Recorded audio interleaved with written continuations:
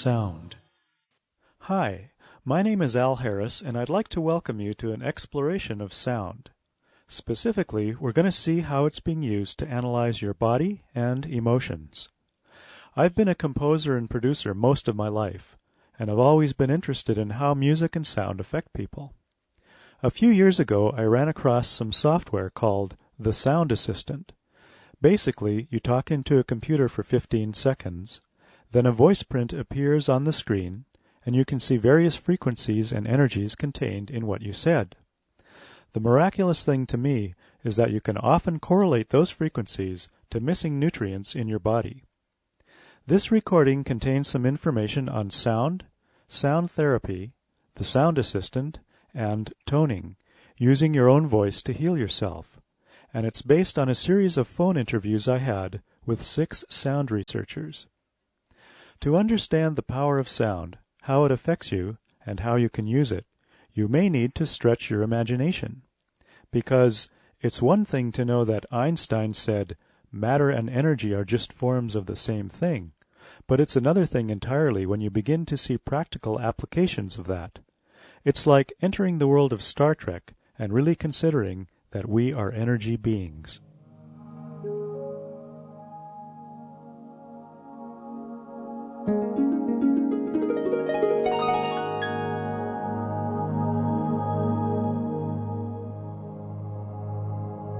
Dr. Mary Albright is a neurologist who also studied speech pathology and audiology. Dr. Albright, why do you think sound affects us? Everything physical is composed of energy. Quantum physics has shown us that there is no such thing as solid matter, that there are just waves that interact. So your body is made up of energy, and your mind and your soul and your spirit and all those things are forms of energy. We can test the energy of the entire body using the voice, because the voice, when you speak, vibrates your whole being. It's not just straight from your throat out your mouth. It vibrates throughout your body and the energy field around the body. And we can determine by measuring the vibrations that come off of you when you're speaking what energies are missing and what energies are too strong in your energetic field. And then we can use sound waves to balance that out. How do you use sound for analysis? If you hand a chemist an unknown substance or a foodstuff and you say, please analyze and find out what nutrients are in this, they will use spectral analysis to do that. But it uses a different part of the spectrum than what we're looking at. We're using the very lowest frequencies. Basically, every biochemical, every nutrient, and so forth has its own frequency. And when you speak and we measure your voice, if you're missing a vitamin, your body will absorb the frequency of the missing vitamin, and it will come up as absent from your voice. And so we can look for these energies that are absent from the energy radiating from your body, and we can look for what biochemicals are deficient and what biochemicals are in excess in your body's energy. And as I recall, we're not just talking about biochemicals. You also treated your painful shoulder with sound as well. You know, it always seems to hit home a little bit stronger when it happens to you. I had a trigger point in my shoulder, and somebody gave me the frequency for the muscle. And within 5 seconds, this trigger point that I'd had for 2 years nonstop went away, and it didn't come back for almost another 2 years. And I've been able, every time it does come back, to get rid of it using that frequency. Before we get too much further into things, I'd like to introduce Dr. Georgia Neff, who has a background that includes both science and shamanism. Her father was an aerospace engineer, and her mother was from the Potawatomi tribe. She holds a doctorate in psychology with a lot of clinical experience. Dr. Neff, you said we run into trouble understanding sound because of the way we usually think of ourselves. The problem with the language is that in our language we say, so sound, this thing over here, some object over here, might tell me something about myself. And that the fact of the matter is you are sound. You are frequency distributions. You are a dancing waveform. And that's what creates matter. And if you looked at it from the physics side of it, it's not really that hard to understand. But you have to look at it as a kind of, not the normal theory, but sort of beyond the normal theory. But I have physicist friends, and they understand it. They say, yeah, that would be true, actually. It's just that we're not used to thinking about ourselves that way, and because we make ourselves discontinuous from the world of which we're a part, we have a hard time understanding that we do operate as that world operates, and it operates primarily by a distribution of frequencies. And so if you start seeing yourself that way, then you see that everything that you're made of and everything you've put in your mouth and eaten that's in your digestive tract and all the ways those chemicals have been broken down and the entire array of tissue formation and organ formation and everything is all about frequency waveforms configuring themselves in a certain way. So what do you think happens when we have a disease? When you have disease, you have underlying conditions of frequency abnormality or frequency distributions really going south, and you're literally skewed, as one might say, in a curve. You're not in the natural distribution anymore of those frequencies. Shabnam Frey-Yadav is a sound practitioner in Switzerland. She's originally from India and studied homeopathy in England. I asked her to give me a simple explanation of why we can get information from the voice. The body is a chemical factory, and all the molecules in the body are moving around at various speeds, and this is frequencies. And we can't hear them because our hearing is limited. But our voice box acts as an amplifier for these sounds. And that's why every voice is so individual, because you're using all these sounds that are happening inside you. So how does sound affect us? The basic principle of sound therapy is repetition and resonance. We do know in science that if a certain frequency hits something that is similar, it will begin to resonate in sympathy. So if you play a certain frequency, naturally anything that is close by to that frequency will begin to vibrate with it. Supposing calcium is not vibrating in its actual frequency in your body, and so the body does not recognize this anymore, and so doesn't use it. And if you give the frequency of calcium, then this will begin to resonate, and the other one will begin to resonate with it in sympathy, and then reestablish itself. Dr. Neff. If you record somebody's voice into a computer and you put it through a software that actually arranges frequencies, that takes the frequencies and arrays them for you, then you have a map of what's going on in the body because it's in the voice. It's that principle that the body's telling us in many, many, many different ways, the voice being merely one of them, what's going on with it. You said you once used sound to give your neighbor the frequency of oxygen. I had a neighbor who was in congestive heart failure and was having pretty serious problems, and I hadn't seen him for a little while. And when he came over, I was shocked at seeing him. His skin was quite gray, and he wasn't talking in a subtle way quite right. I mean, it was obvious that he was in trouble, and I'd heard about this. So we did a long clinical interview with him, and then we took a voice print, and certainly oxygen was one of the things that was quite deficient in his voice. And a measurement of the actual oxygenation in his body showed it to be quite low. And so we started doing different sound trials on him to figure out what his body was going to respond to the best. And it was just very tiring for him, and I could see that. And I finally just said, oh, to heck with this. And I went down to oxygen and tried out some protocols for giving him oxygen. And over a several-minute period of time, he went from gray to pink.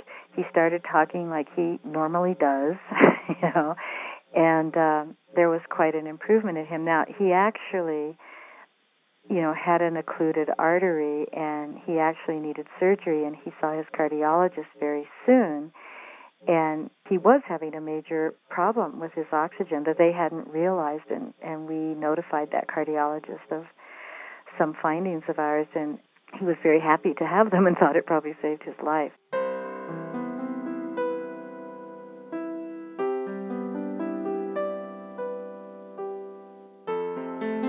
Kathleen Laguerre is a schoolteacher, singer, and sound practitioner. She was initially attracted to the field of sound because of a story. Well, the story that intrigued me the most was of the gentleman that had a motorcycle accident that sheared his tibia and shattered his kneecap in 32 places. And he was told by his doctors he would never walk again. And they had to surgically remove his kneecap. They removed every shrapnel left or piece of kneecap. And he had nerve damage in his leg. And through sound, beginning with relieving his pain that morphine couldn't even begin to relieve, just listening to particular tones that were given by the practitioner relieved his pain by about 90%. And then through the course of 2 years, he regrew his patella, which is his kneecap. And I thought that was remarkable. And I met this gentleman, and in fact, you could see the scar on his leg. But if you closed your eyes and ran your hand over his leg, you would not feel the scar. It healed so cleanly. And I understand that there's really no scar line on the bone that healed, and the nerves were regenerated. And this was all through listening to particular sounds and tones. I'm not sure most people realize the power of using their own voices. Could you talk a little bit about toning? I've been a singer my whole life. So, singing is a form of toning. And so it came naturally to me. I was not afraid to make a sound. And when I discovered the power of sound to heal,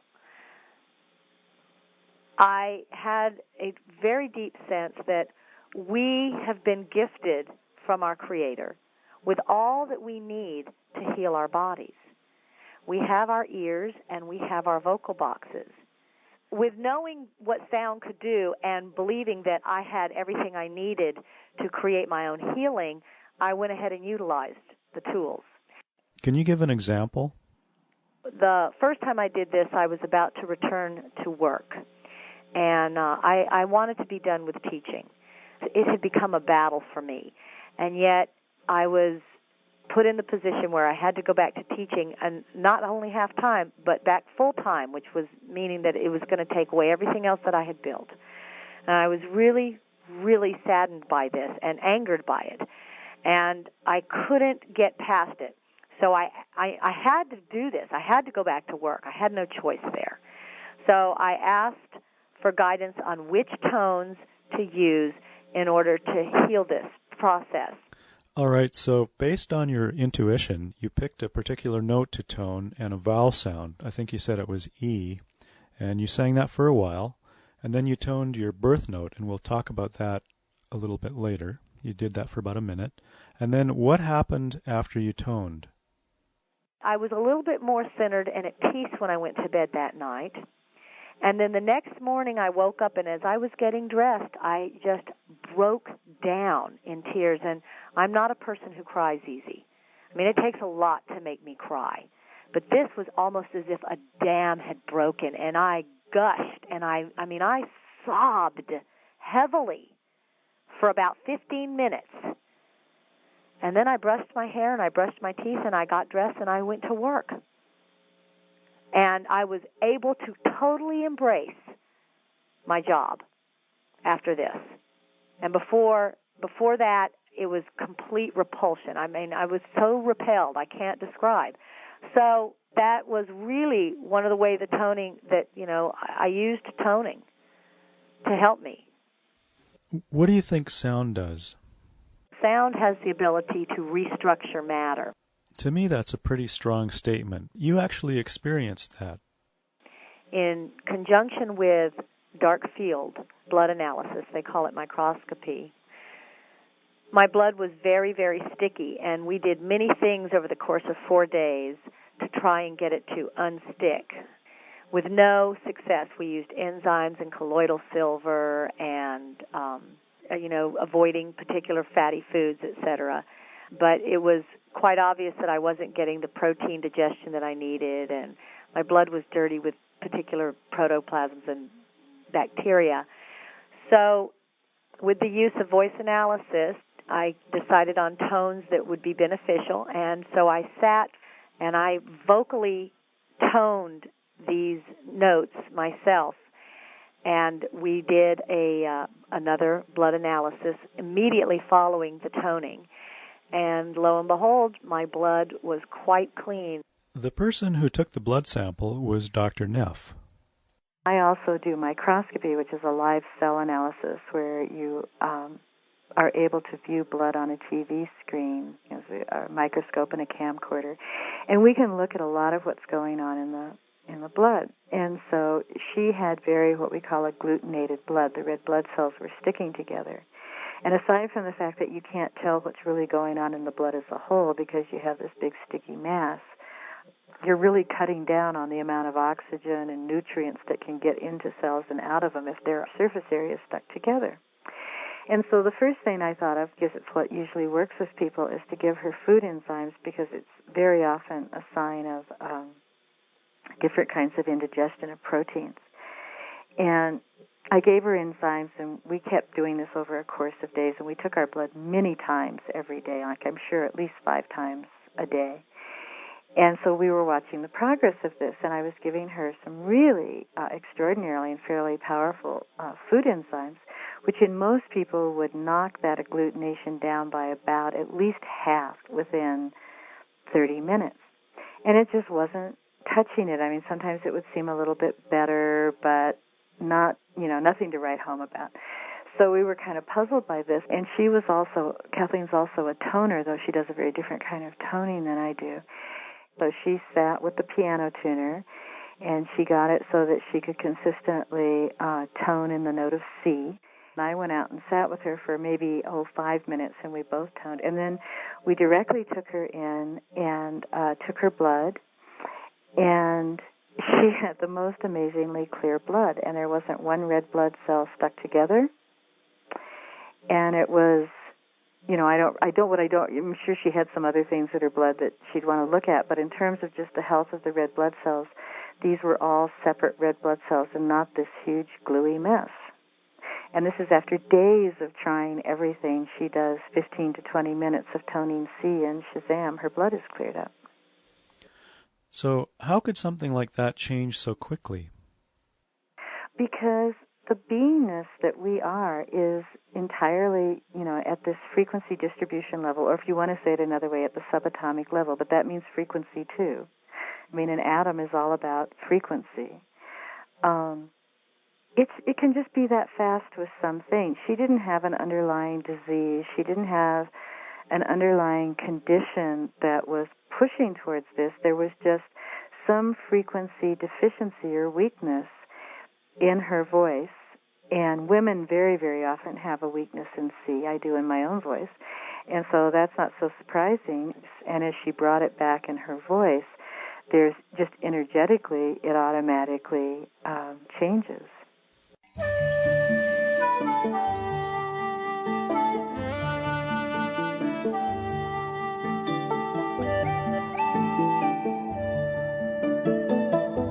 Dr. Peter Moscow was raised in Ireland and has a number of degrees from Trinity College Dublin in philosophy of science and mathematical logic. He originally became involved in alternative medicine to try to cure a few of his own problems, and he moved to the United States in 1976. He's currently president of the U.S. Psychotronics Association and is a bioenergetic practitioner with a 20-year-old practice. Dr. Moscow, can you talk a little bit about music? I consider music to have as its primary purpose is to, work with the level of the self and the soul so that there can be true healing in the formulations such as the Bach remedies. They do very similar things. But I consider music to have some of the highest structure involved in healing, and I think that it can open up channels for experience and change. If you want to make change and cause reversal of disease patterns, then in order for that to happen, the body's informational system must be set up to receive whatever it's getting, whether it be a drug or a medicine of any kind, energetic or otherwise. It must be in a position to receive, integrate, and shift. If that cannot happen, then it's very difficult. We find with the music, this facilitates the change dramatically. So I know one of the things you use is a vibrational bed that incorporates music, sound, and light. The basic thing we're doing on the particular bed I'm talking about is music, vibration, and scalar, but we add to that light therapies, and we often do the sound boxes with it as well, so that they're getting specific tones that are working with their particular problem. I do a lot of other things on that therapy bed, but the sound is all-encompassing. I mean, it's a very powerful experience. And so they're literally submersed. They're inside the sound box, so to speak. They're inside the music. And the experiential side of it is enough to convince most people that it works, and usually within 30 minutes to 1 hour. I find that the benefits they get from this are quite easy to discern. For instance, pain very often goes away. I'll give you a simple example of that. A lady came in who was literally post-hospice. I mean, she'd been seen by hospice, and she had outlived even their expectations. She wasn't much more than a matchstick. She had had every part removed imaginable. She was on morphine on demand. She was in excruciating pain and waiting to die. And she got on the bed, I think, a total of 3 times before she died. But those were the only times, as her boyfriend pointed out to me afterwards, those were the only times that she was completely pain-free and she was able to relax and sleep and to get some genuine peace. Now, I would consider that a tremendous effect from sound and music, and a little bit more that we do. But, to me, that's a significant benefit. And I have a lot of people who come in who are critically ill, so if we can get rid of their pain and distress and also help them towards recovery, which we very frequently will do, then these are facilitators of the highest order. Can you give one more example of your experience with sound? Well, first of all, I've used it myself, so I know, clearly it gets rid of pain and distress, and it seems to lower blood pressure and gives me a great night's sleep sometimes. I use it late into the evening. There's all kinds of side benefits that I found. But there was one time my wife had extreme acute mid to lower abdominal pain, and I took a voice print.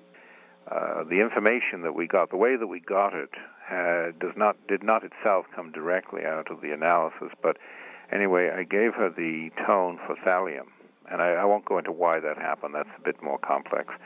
But I gave her the tone for thallium, and within like 2 minutes, the pain was gone. And it was that dramatic. And she was in really acute distress. And given her prior history and what I know about her, it would not have resolved without a proper medication of some kind. That's kind of one thing. And I've seen a great deal of pain and distress go away from people, when they're using it. That was a very quick, very, very fast one. But I've seen people with headaches where it's gone away in moments.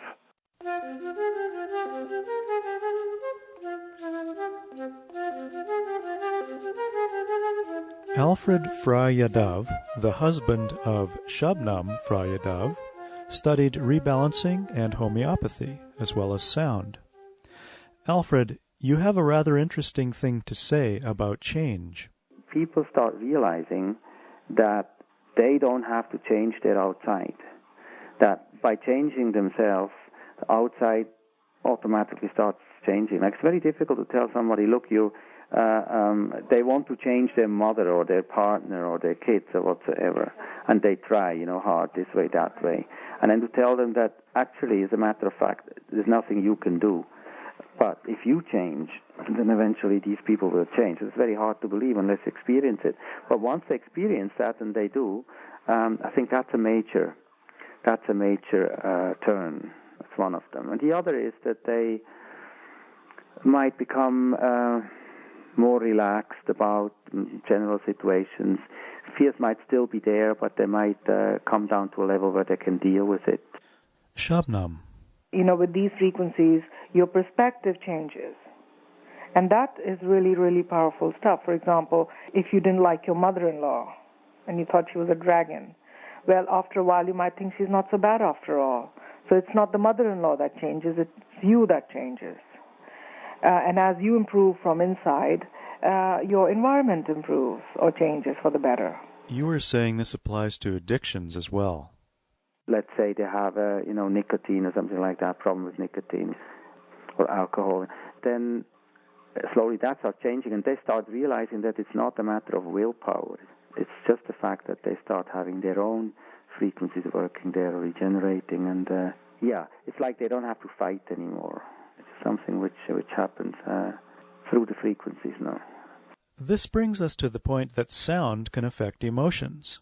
We mentioned birth notes before. When I first heard about this, I was a bit skeptical, associating frequencies with birth dates. But it seems that this occasionally works quite well with emotional issues. Shabnam, you have a view on this. When you're sick, you don't live your potential. And when you're healthy, you do. So the birth frequencies, in my personal opinion, supply this possibility that you are able to live your potential.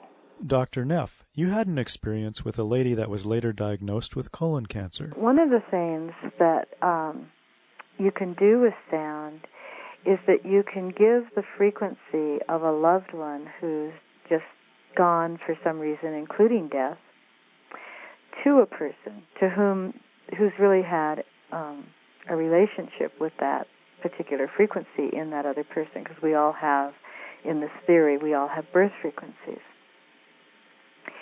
And I remember that I gave her a lot of different frequencies, and this is, as I said, this is before the colon cancer was diagnosed, but she was in a fair amount of distress.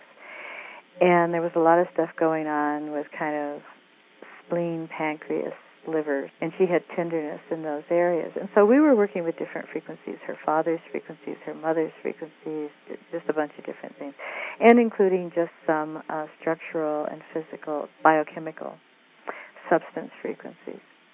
And I remember that her mother's frequencies really helped with a certain level of pain that she was having on her lower left side in her abdomen. And then I thought to give her deceased husband's frequency, and I gave it to her, and tears and she didn't know it. I didn't tell her this is what I was doing. And tears welled up in her eyes, and she turned to me and she said, "Oh, that's the most lovely, lovely frequency." And then I told her it was her husband's frequency, and she said, "I felt like that. I felt him near, and I felt that sense of love."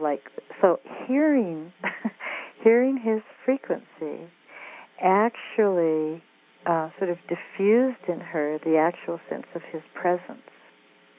And it was very poignant. I mean, as soon as she heard it, tears were welling up in her eyes and spilling over onto her cheek. We talked about addictions, and you mentioned that sound often works with addictive relationships as well. Somebody might be in a very dysfunctional, as a psychologist, I certainly know this, like in a very dysfunctional relationship, but having a really hard time getting out of it. And one possibility is that a strong frequency coming out of the other person that is missing in the person who's having a hard time getting out of the relationship may be the reason they're staying, because, as Woody Allen said at the end of Annie Hall, we need the eggs, right? It's like, I need that frequency, and I'm going to go for that. And so it's happened that people have been given that frequency, and as they get enough of it, then the relationship is not something that they're addicted to anymore, and they can leave it. And then the other case I would say is just people I've worked with depression that almost always they've felt much better over time. And someone I'm not working with anymore just recently told a friend of mine, she said, "I never felt so well as when Georgia was working with me, and it was with sound." We're going to move to a different topic, but before we do, Alfred, you told me a story about a boy from Italy that was really quite something. The small boy in Italy, he has disease called lipofuscinosis, which means his brain nerves are degenerating back into fatty mass. That means he was 3 years old. He was an absolutely normal child. Then he started staggering, and he had an epileptic fit, and a year later he was in a wheelchair, and 1.5 years later he was blind, and he could only talk 3 or 4 words. And it's a fatal disease, according to the medicine, and that's been, I think now it's 4 years ago, and the child should be dead. So the parents heard of us, and they came all the way from Italy, up to Switzerland, and we treated the boy. And the mother herself now is a specialist. She knows a lot about bioacoustics simply because then she read everything, and we stayed in touch. Anyway, the boy is alive. He's still in a wheelchair. He's still blind, but he is much more lively. The disease as such seems to have stopped. It hasn't gotten worse. He was not able at the time when he came to really swallow. All the food would drip down his lips and mouth. He can swallow. He can eat properly. He goes to kindergarten, meaning he goes there every day, and so he is quite okay. And like I said, according to Schulmedizin, he should be dead.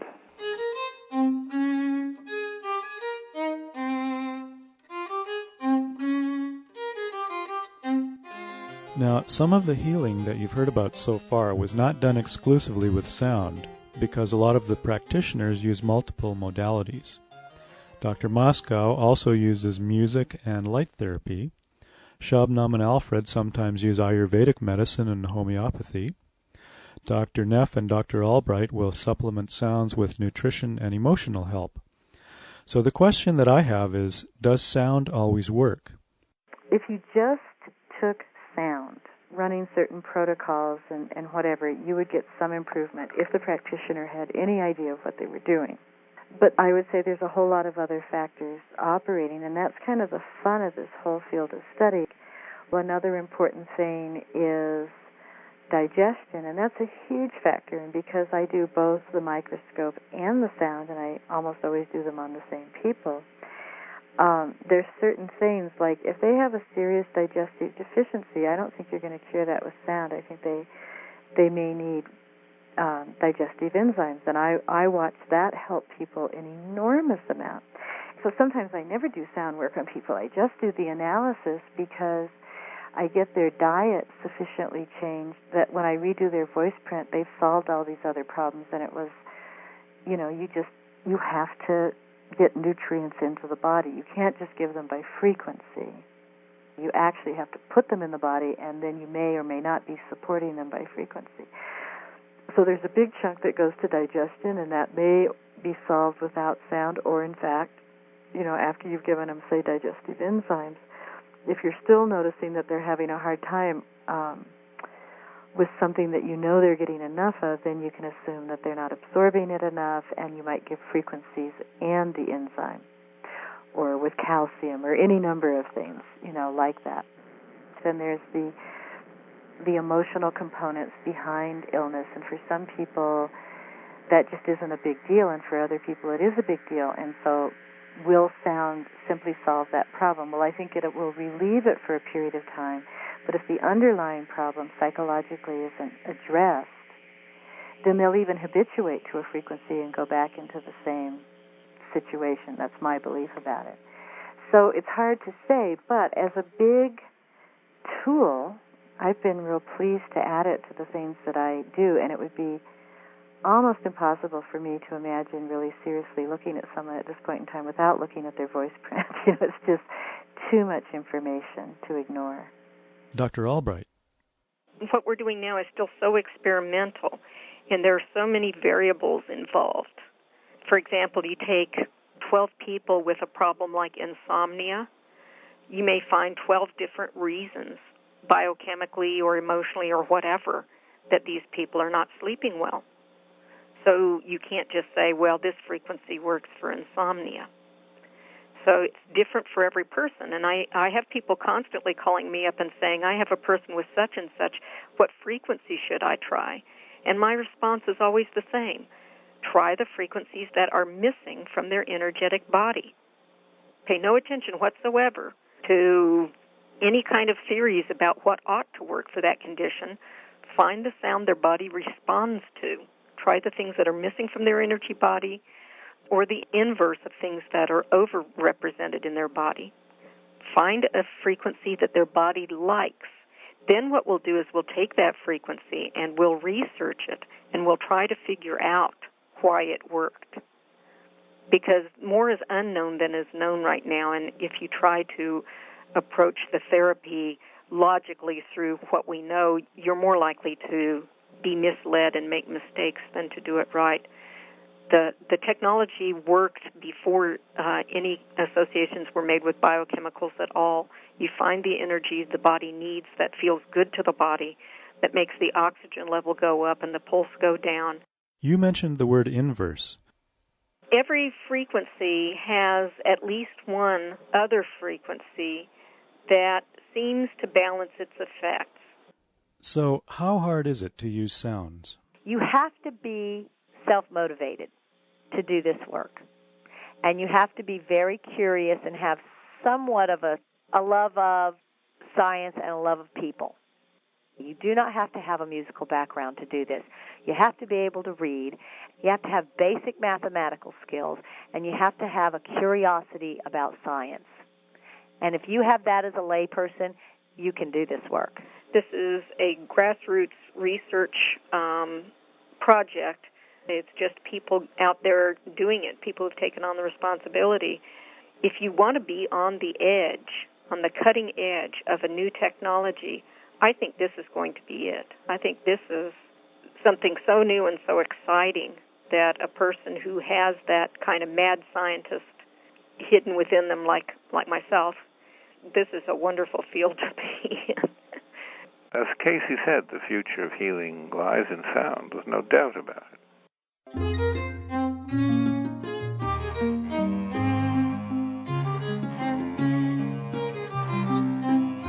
Kathleen, would you mind giving a summary of the Sound Assistant?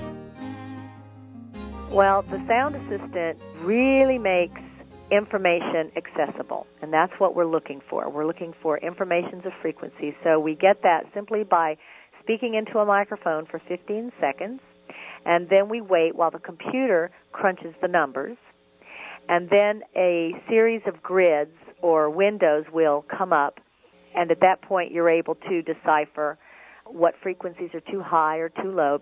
And then you can switch over to a database that lists all of the biochemicals or substances that these frequencies relate to. And you can put the puzzle together.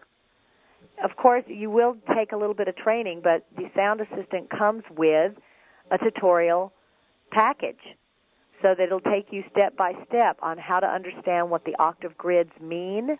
There is a lot of self-education, and you'll find yourself learning a lot about biochemistry and anatomy. There's an attitude which most good healers hold, and I found it prevalent in all of the people we've heard from. It's a knowledge that sometimes illness is a teacher, and so it's not possible, nor even desirable, to go out and heal everyone. But for the people who find their way to your door, if you keep an attitude that you're merely present to serve that person in whatever capacity you can, and that it's not really you doing anything other than providing an environment where they can heal themselves, something miraculous takes place. Giving the body frequencies that are missing just seems to help bring it back into balance. And then it can do its own thing better. I don't believe that the sounds cure anything. The sounds help the body get back to a balance where it is able to deal with its own problems. We simply are there. Actually, we're not doing the healing at all. It's happening on some other level. So we simply are there, open, and we simply go through the whole motions, and then whatever comes or whatever happens. That sounds terribly esoteric and terribly unscientific, but that's how it goes. That's really how we work, and we get amazed at the results. So with everybody, it's different. You really have to come from a kind of open humility about this, or any kind of healing work, and not get real stuck on the idea of any constructs you have about what's going on. It's like you do this simultaneously thing. You hold your construct because it helps make some sort of order out of what may seem to be chaos. But then having held your construct, you need to be able to modify it and loosen it up and really listen to the uniqueness of individuals. If you've enjoyed these conversations and would like to look further into the technology of the Sound Assistant, please visit www.biowaves.com. That's BIOWAVES.com. Or you can contact BioWaves at 1-800-734-3588. You have permission to make copies of this recording and distribute it in its entirety. For permission to broadcast it, please contact BioWaves. Well, I hope you've enjoyed listening as much as I've enjoyed putting this all together. My thanks goes to all the participants and sound practitioners I've met, and to you, the people who will research this technology and take it to whoever most needs it.